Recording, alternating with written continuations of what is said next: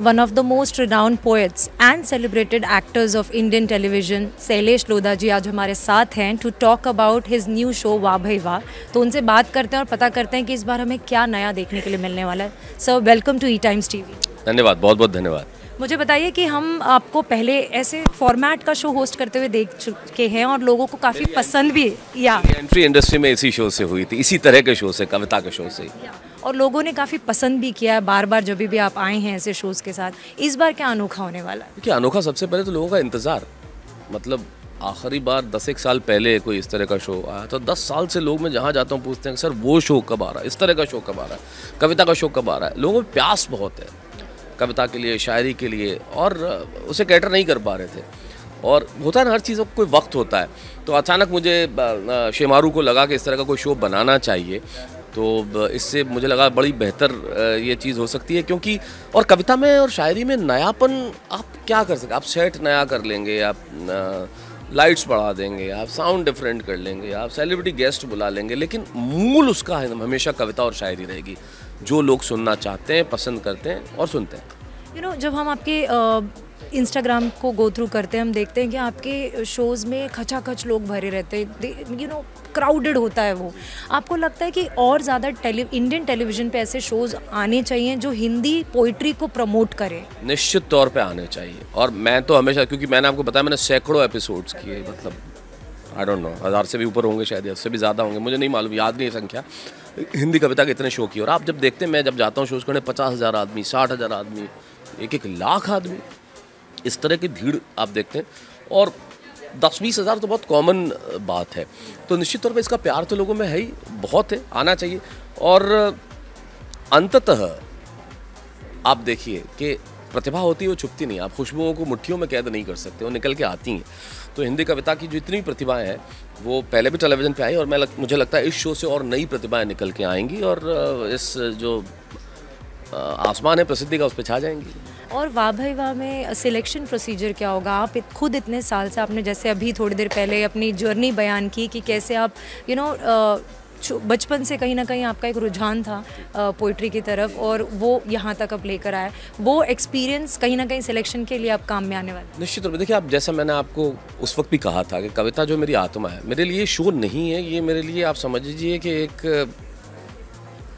ये यज्ञ है, ये मेरी निष्ठा का एक, आप समझ लिए, ये मैं बहुत ईमानदारी से कह रहा हूँ, ये मेरी निष्ठा का जो है, ये निष्ठा की पराकाष्ठा समझ ली कि मैं हिंदी कविता के लिए, कि मैं जो कुछ बना कवि सम्मेलन के मन से बना, तो कवि सम्मेलन शायरी के लिए उसने मुझे बनाया है, तो अगर मैं कुछ थोड़ा बहुत भी योगदान कर सकूं तो मैं करने की कोशिश करता हूं, उसमें से ये शो है।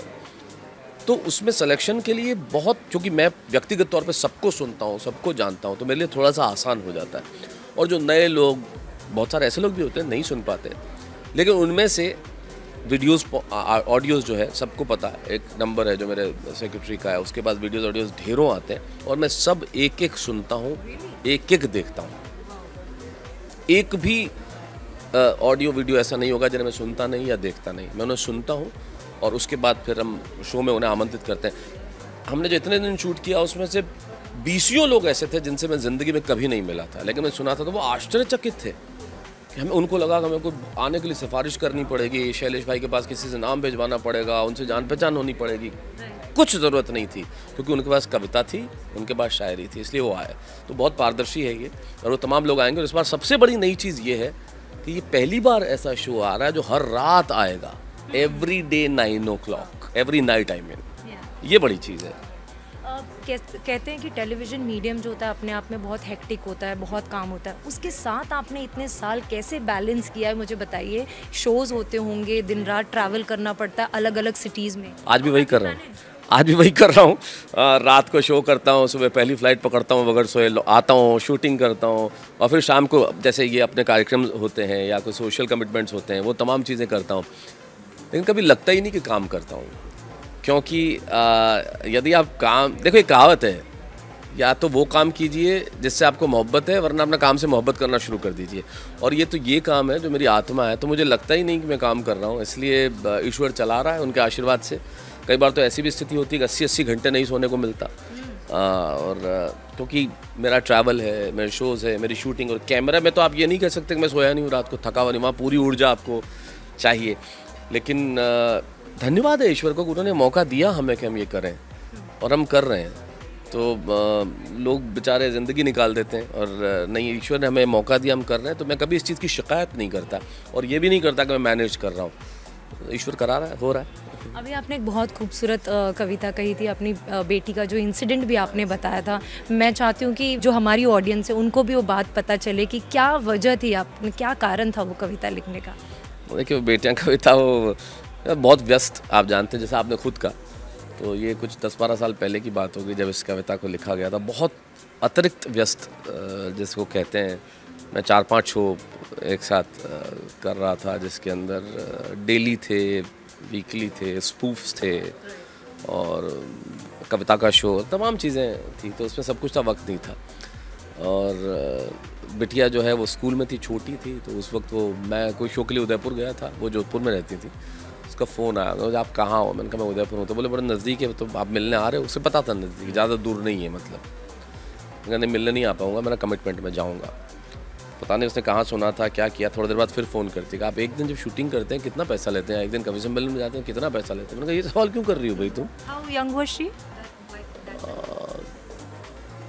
इस बात को हो गए 7-1 साल की रही होगी, 6-7 साल की, 7-8 आई थिंक, 7-8 साल की रही होगी वो, 8-1 साल की। तो मैंने पूछा कि क्यों, ये सवाल क्यों कर रही हो, कितना पैसा देते हो? नहीं कि मेरा एनुअल डे है, कुछ दिनों बाद मैं परफॉर्म करने वाली हूँ, तो क्या मैं प्रिंसिपल से बात करूँ कि आपको कमर्शियली एक दिन का पैसा दे के चीफ गेस्ट की तरह बुलाया ताकि आप देख लें। मैं रो पड़ा क्योंकि मेरे पास कोई जवाब नहीं था इस सवाल का। मैं दुनिया का सबसे गरीब आदमी उस दिन हो गया था।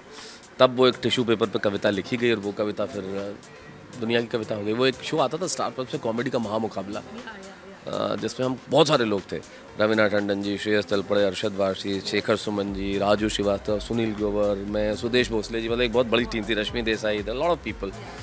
तो उसमें उस दिन वो कविता मैंने कही थी कि भाई आज मेरे पास हंसाने के लिए कुछ नहीं है, मैं सुना देता हूँ। ये कविता शो के डीएनए से मैच तो नहीं करती, लेकिन मैं सुना देता हूँ। फिर वो सुनाई वहाँ और उसके बाद वो पहली बार वहीं सुनाई, फिर वो जनता की कविता हो गई, सबकी कविता हो गई। हर किसी ने माना है कि कहीं ना कहीं स्वॉर्ड से ताकतवर अगर कुछ है तो कलम है, उसमें ज़्यादा ताकत है। लेकिन आजकल जो माहौल है हमारे आसपास, तो हमेशा ये बोला जाता है कि इंडिया बहुत जल्द बहुत ही ज़्यादा इंटॉलरेंट बनती जा रही है। कहीं ना कहीं फ्रीडम ऑफ स्पीच नहीं रहा गया है। अगर कविताएं या स्टैंड अप कॉमेडी होती भी हैं तो काफ़ी बार रिलीजन के नाम पर होती है। ये जब आप सिनेरियो देखते हैं, ये जो आप इतने सालों से करते आ रहे हैं और आप लोगों ने कभी किसी को ऑफेंड नहीं किया, कुछ नहीं किया, आप क्या कहना चाहेंगे? देखिए, ये सोचना चाहिए परफॉर्म करने वालों को भी। अतिरिक्त तालियों के मोह में कई बार वो ऐसी चीज़ें कर जाते हैं जो अस्थायी लाभ तो दे सकती है, लेकिन उससे स्थायी हानि हो सकती है। आप ये कविता इसका सबसे बड़ा उदाहरण है। आप देखिए ना, इतने कवि सम्मेलन होते हैं, लेकिन आपने जैसे कहा मैं इतने सालों से कर रहा हूँ, तो मुझे लगता है जीवन में आप क्या कर रहे हैं, कैसे कर रहे हैं, वो तो इम्पोर्टेंट है ही। आपको ये पता होना चाहिए कि आपको क्या नहीं करना है। आप जब इतने हज़ारों लोगों को कैटर एक साथ कर रहे हैं तो आपकी जिम्मेदारी यही है कि आप जब वो घर लौटे तो आपके लिए अच्छा भाव लेके लौटे।